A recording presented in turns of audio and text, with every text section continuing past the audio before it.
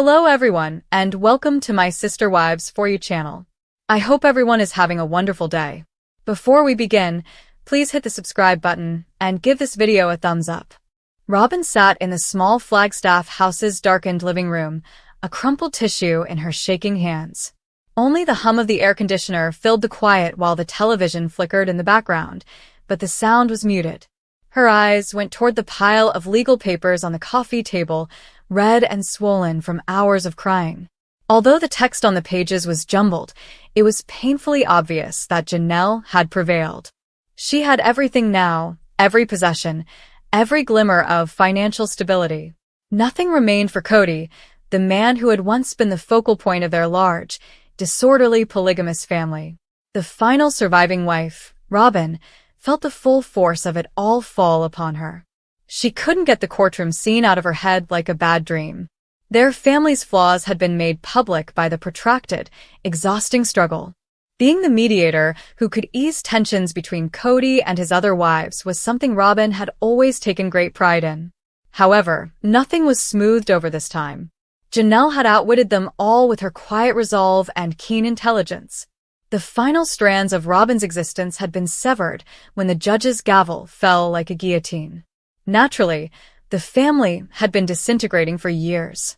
Long before their reality show's cameras stopped filming, the fractures had begun to appear. Robyn was still able to recall her first days as Kody's fourth wife and a member of the Brown family.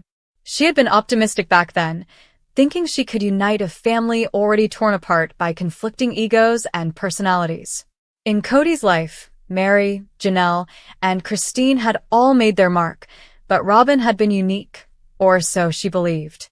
She was the youthful, energetic newcomer that Kody spoiled and who delivered him the son he had always desired.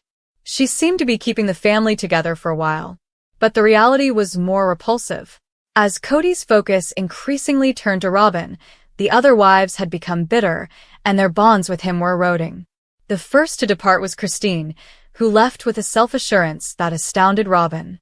Christine had always been the happy, caring one, not the one who would rebel and live alone. Mary came next, her exit more subdued, but no less decisive. But Janelle had lingered longer than anybody had anticipated. She was the one who oversaw the family's finances and kept everything operating smoothly in the background. She was practical and methodical. The worst mistake Robyn had made was to underestimating her. It appeared that the judicial war had begun quietly enough. Citing the family's intricate financial relationships, Janelle had requested a formal partition of assets. The Browns had never been adept at managing their finances. A complex web that no one could fully comprehend was the result of joint accounts, shared properties, and ambiguous agreements. The family's income fell sharply after the reality program stopped, and the debts they had accrued over the years started to manifest. Ever the optimist, Kody had dismissed it, claiming they will work it out. Janelle, however, refused to wait. Robyn recalled the initial encounter with the attorneys. In an attempt to appear together, she had sat beside Kody with her hand on his arm. Across the table, Janelle had presented her argument with composure and an almost impassive expression.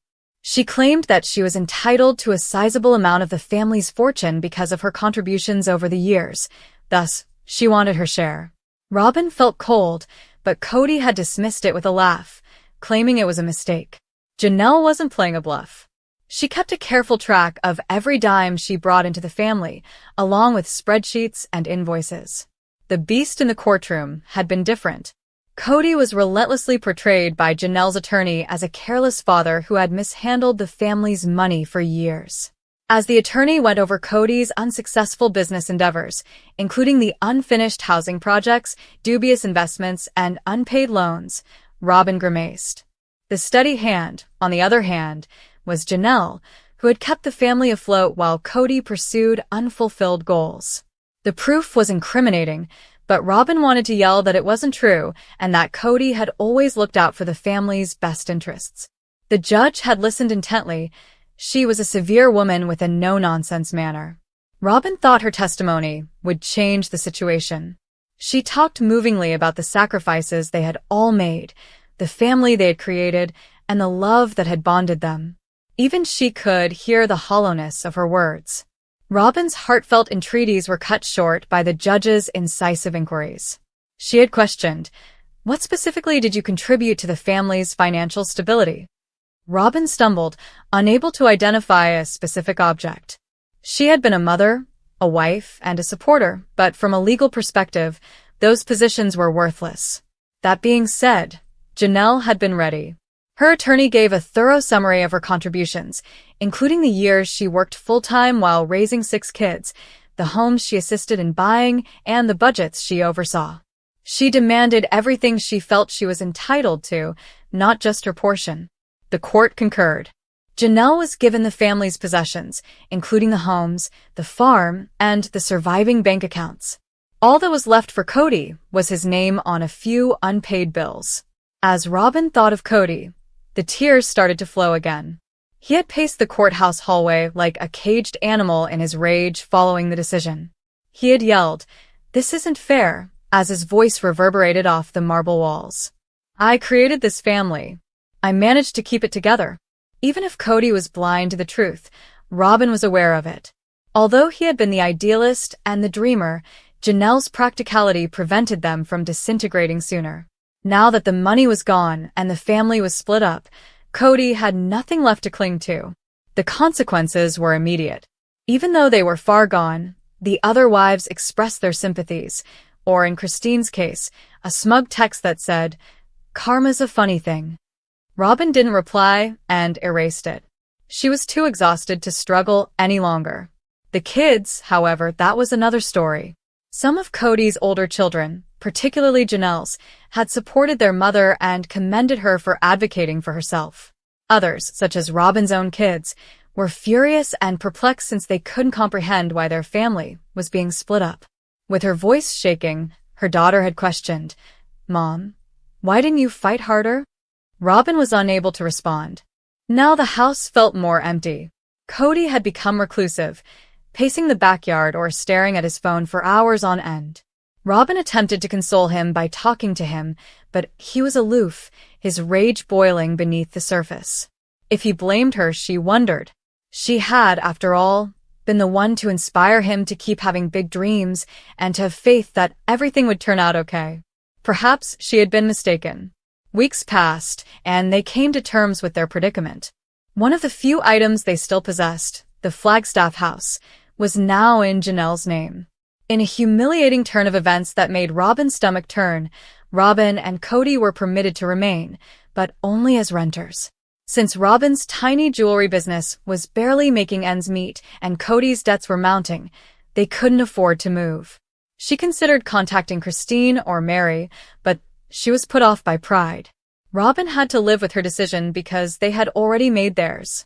On her phone, she would spend her evenings looking through old pictures of happier times, when the family was still together and the cameras were recording their laughter rather than their arguments. She missed the commotion of it all, the packed meals, the voices that overlapped, and the feeling that they were creating something special. However, those times had passed, and in their place was a smothering silence.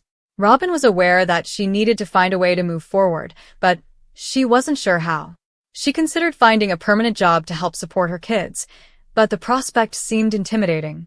She wasn't sure of herself outside of the Brown family brand because she had been Kody's wife for so long. She was frightened by the idea, but it also gave her a little spark of resolve. She could rebuild if Janelle could. But for the moment, she allowed herself to cry. She wept for the man she still loved in spite of everything, for the hopes that had fallen apart, and for the family they had lost. For herself, for the woman she had been and would have to become, she wept. In addition to being bitter, the tears were purifying, erasing the delusions she had held onto for so long. Robyn was aware that she couldn't continue crying indefinitely, even though the future was uncertain. She would eventually have to take a position and defend herself, just like Janelle had done. As a reminder of the struggle they had lost, the legal documents were still on the coffee table. Robyn's fingers brushed the chilly paper as she reached for them. There was no need for her to open them. She already carried the words in her heart. Rather, she got to her feet, cleaned her face, and went to the kitchen. The desert landscape was bathed in a warm glow as the sun descended outside. Robyn experienced a little glimmer of hope for the first time in days. Though it wasn't much, it was sufficient to sustain her. Robyn in tears as court hands Janelle everything. Kody left with nothing. In a jaw-dropping legal twist that has Sister Wives fans buzzing like never before, whispers out of Flagstaff claim that Kody Brown has suffered the most crushing defeat of his life, both emotionally and financially. According to explosive insider accounts, a court battle that has been brewing for months finally reached its climax this week, and the verdict was nothing short of catastrophic for the controversial polygamist patriarch. Not only did the judge allegedly side with Janelle Brown on every single disputed point, but the ruling reportedly awarded her everything Kody had been fighting to keep, from his share of the Coyote Pass property to financial accounts he believed were untouchable. And the collateral damage? Robyn Brown, Kody's once unshakable favorite wife, was said to have broken down in tears in the courthouse hallway as reality set in. Her husband, the man she defended through years of family division, was walking away with absolutely nothing. The drama began, insiders say, with Janelle's quiet but determined legal campaign to secure what she believed was rightfully hers after years of contributing financially to the Brown family empire. For years on Sister Wives, viewers watched as Janelle navigated a delicate balance, pouring her earnings into shared family expenses while still dreaming of building her own home on the Coyote Pass land. But when her spiritual marriage to Kody dissolved in late 2022, she didn't just walk away emotionally, she started assembling a paper trail. She had everything, one alleged source close to the Browns claimed. Receipts, bank statements, text messages. Proof of every dollar she put in and every promise that was made to her. The court proceedings were reportedly brutal.